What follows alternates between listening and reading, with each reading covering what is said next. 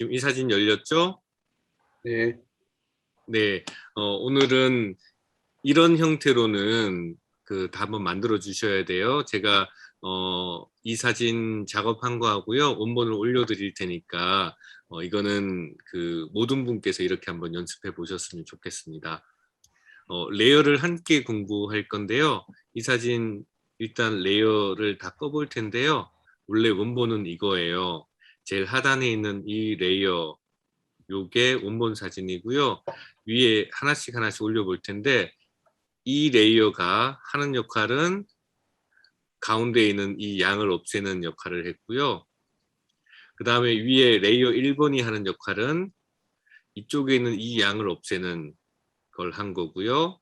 세 번째 이 레이어의 역할은 여기에는 요 양 하나를 더 만드는 것이 레이어 4번의 역할이에요. 그리고 제일 위에 있는 이 레이어는 글을 쓴 거고요. 문자 도구를 이용해서 글을 쓰면 이렇게 레이어로 만들어진다는 걸 알 수 있어요. 여기 레이어를 다 꺼보면 이렇게 된 것이 네, 이 레이어들에 의해서 이렇게 만들어진다고 보시면 되겠습니다. 이제 요 레이어라는 걸 오늘 과제를 하시려면 이해를 못하시면 과제를 할 수가 없어요. 그래서 다른 것보다도 레이어가 무엇인지 공부하는 시간이 됐으면 좋겠고요. 이 레이어는 지금 요 부분에 해당되는 레이어는 레이어 4번인데요. 레이어를 껐다 켰다 하면서 이렇게 뭐죠? 보이게도 할 수 있고 안 보이게도 할 수 있고요. 이 레이어는 위에 있는 불투명도를 이용해서 이 투명도를 조절할 수가 있어요.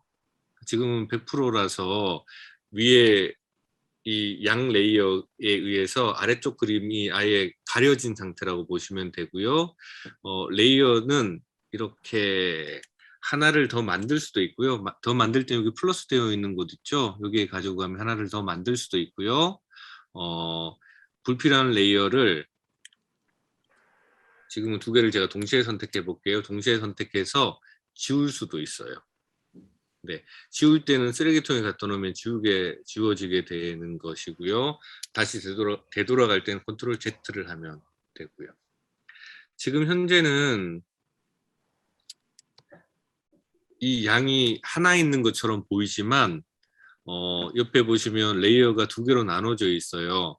똑같이 겹쳐져 있어서 하나처럼 보이지만 무브트를 이용해서 위에 레이어 4번 복사한 거를 옮길 수 있는데요. 이렇게 옮기면 하나가 더 생기는 걸 알 수 있어요. 지금은 보시면 밝기가 달라서 좀 약간 티나잖아요. 네, 이거를 레이어 4번, 지금 레이어 4번이 선택된 상태에서 밝기 조절하는 곡선을 열었어요. 이렇게 되면 레이어 4번에 해당되는 양만 밝기가 달라지지 다른 양은 밝기가 그대로예요. 약간 밝아서 티나는 거라서요. 밝기를 약간 어둡게 해주면 주변부랑 일치시켜주면 자연스럽게 양이 한 마리 더 생겼는데 크게 티나지 않게 이렇게 세 마리가 되는 걸 알 수 있어요. 이때도 레이어를 껐다가 켰다가 하면서 왜 또 위치도 바꿀 수 있고요. 위치도 이렇게 약간 바꿀 수 있고 무브 틀릴 때예요. 이렇게 할 수 있는 게 이 포토샵의 특징이고 이 레이어가 있는 장점이 되겠습니다. 이렇게 레이어를 만들어 가면서 작업되게 되는데요. 포토샵에서는 어떤 작업을 하면 일반적으로 레이어가 하나씩 만들어져요. 다 작업한 건 레이어에서 배경으로 이미지 병합을 해줘야지 이제 하나의 사진이 되고 이제 완성되는 거라고 기억하시면 되고요. 최종 작업이 끝나고 나면 일반적으로 레이어를 병합하는데 그전에는 레이어 병합을 하지 않고 이대로 저장을 해놓는 경우가 대부분이에요. 왜냐하면 내일 다시 수정할 때 레이어가 열려 있으면 훨씬 더 유리하거든요. 그래서 오늘은 이 작업을 지금 새 사진을 열어서 사진을 새로 불러와서 지금 여기까지 작업해 볼 텐데 작업을 하는 과정에서 레이어가 어떻게 생기는지 또 생긴 레이어를 어떻게 관리하는지 공부하도록 하겠습니다. 그리고 지금 수업 시간에 설명드리는 내용들은 다시 제가 유튜브에 올려드릴 테니까요. 어떤 작업을 하는지만 관찰해 주시고 일일이 어떻게 작업해야 되지? 지금 순서가 이렇게 갑자기 끊기면 어떻게 되지? 뭐 무슨 키를 눌렀지? 이런 것들은 지금은 신경 쓰지 마시고요. 그냥 이런 식으로 작업한다는 것만 기억하시고 그냥 따라와 주셨으면 좋겠습니다. 사진을 새로 불러왔고요.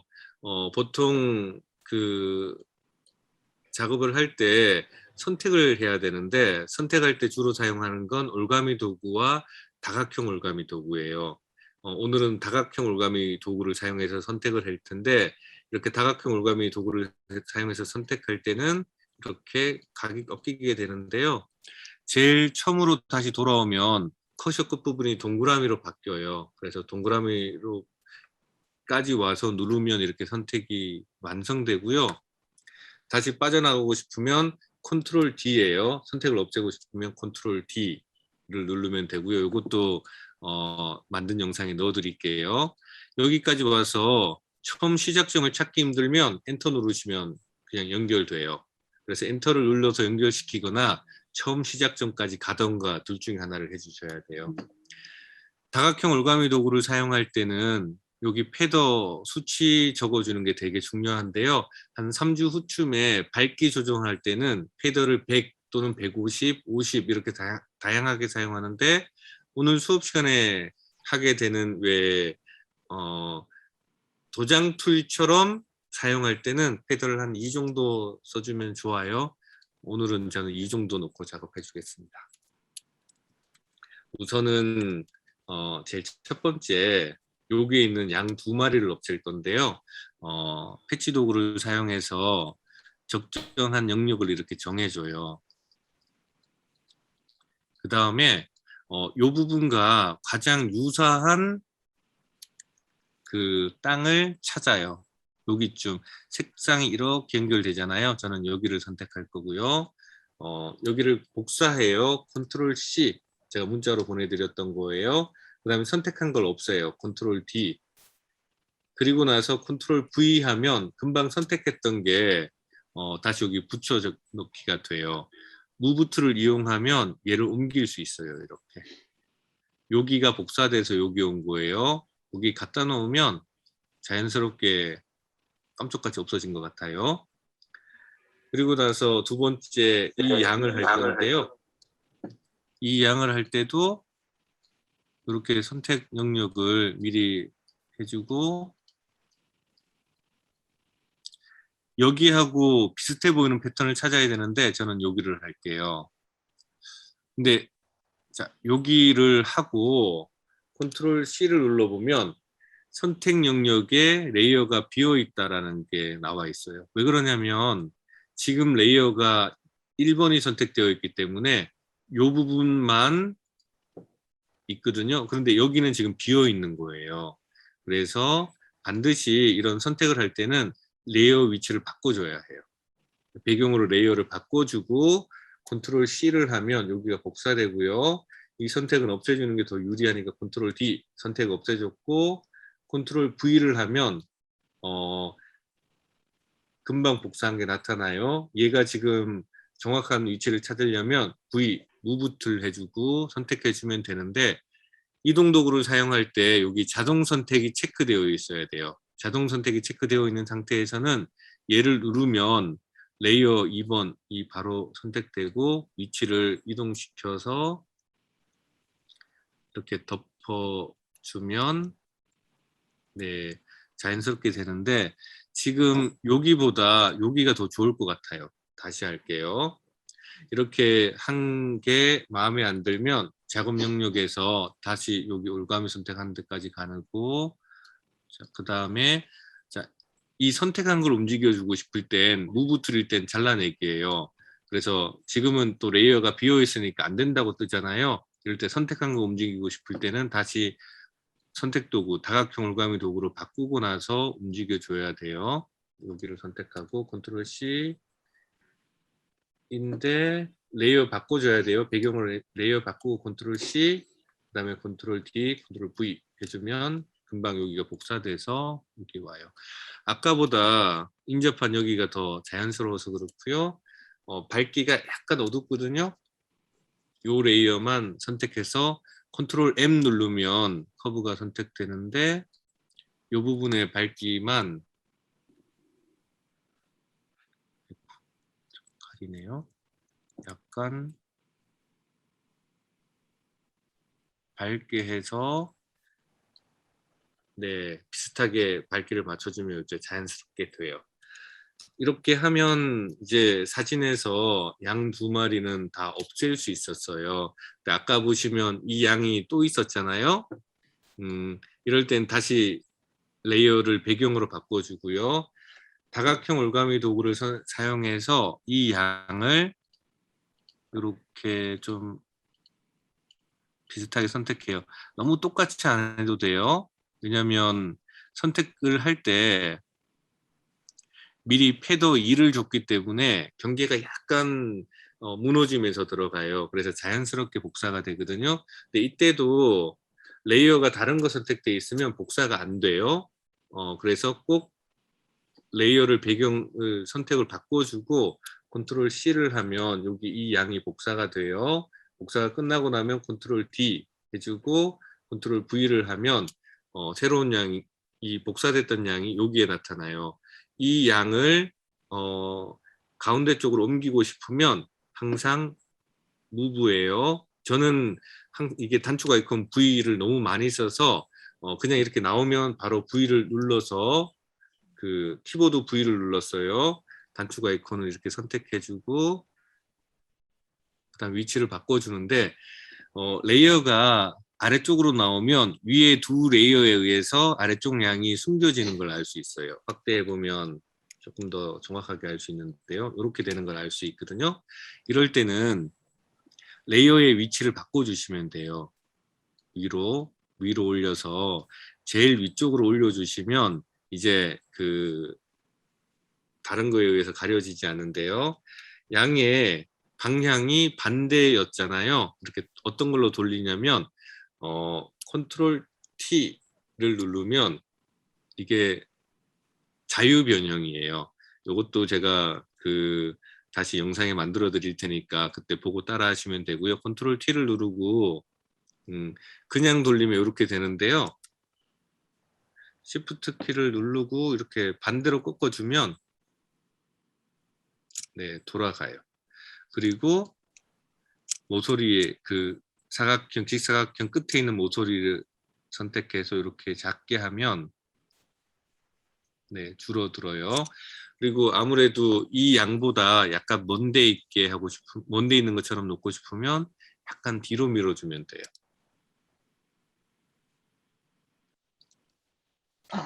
위치를 조금 더 정교하게 맞추고 싶을 때는 무브 툴로 해주면 되고요. 키보드 상하 좌우 버튼을 이용해서 해주시면 되고요.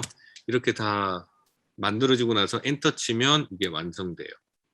그리고 나서 조금 더 확대해 보면 여기가 조금 어긋나 있는 걸 알 수 있잖아요. 이때 도구 하나를 더 공부하는데요. 이게 지우개 도구예요. 지우개 도구를 선택하고 제일 위에 있는 이 지우개 도구를 선택해 주고요. 옵션에서 불투명도를 약간 낮춰주고요. 저는 한 15% 정도 선택해 줄게요. 브러쉬를 사용해서 주변부만 이렇게 지워주시면 양까지 들어가면 안 돼요. 양 바로 바깥쪽까지 이렇게 해서 지워주면 경계 부분이 연결되면서 자연스러워져요.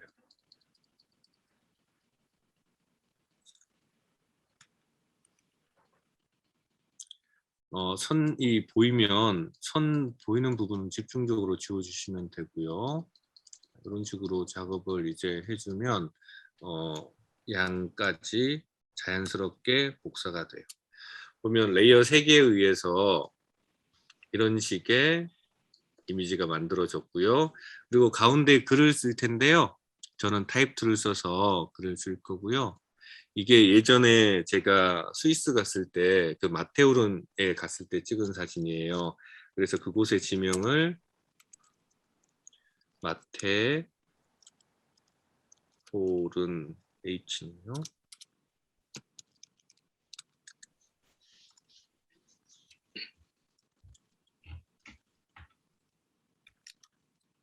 를 써주고 이제 위치 바꾸고 싶을 때는 이 이동 도구를 사용해 주시면 돼요. 센터에 적고 싶을 때는 어떻게 하냐면 배경으로 바꾸고 여기 지금 자가 안 나타나 있잖아요. 컨트롤 R 키를 누르면 자가 나타나요. 이렇게 자가 나타나 있는 상태에서는 선을 가지고 올 수 있는데요. 이 선을 사용해서 가지고 오면 가운데쯤 되면 서요. 반드시 배경 레이어가 배경에 선택되어 있어야 돼요. 그리고 세로선은 위에서 이렇게 가지고 내려올 수 있어요. 가로선은 이 두 선을 이용해 주면 사진의 센터가 여기구나라는 걸 알 수 있거든요. 이 글자는 다시 딱 여기 움직여주면 이 선이 있으면 정 가운데에 이렇게 놓이는 걸 알 수 있어요. 나중에 이 선이 보기 싫으면 두 가지 방식이 있는데요. 이 손을 가지고 위로 이렇게 가는 방법이 있고 컨트롤 H를 누르면 그냥 사라져요. 다시 한번 해볼 텐데요. 옛날하고 단축의 키가 요즘 나오는 포토샵이 약간 달라져서 한번 확인해 볼게요. 최근에는 어떤 건지. 보기에서 눈금자 표시 컨트롤 H는 맞는데 지금 아마 다른 단축키랑 엉켜서 아까 한 번에 안 앞서졌는데요. 다시 한번 컨트롤 H 눌러볼게요. 네, 표시자 숨기기로 하는 게 더 나을 것 같아서 이제 한번 선택해주면 이제 항상 표시자 숨기기가 컨트롤 H가 돼요. 이렇게 없어지게 되는 것까지 알 수 있습니다. 자, 여기까지가 이번 주에 한번 해보셔야 될 과제가 되겠습니다.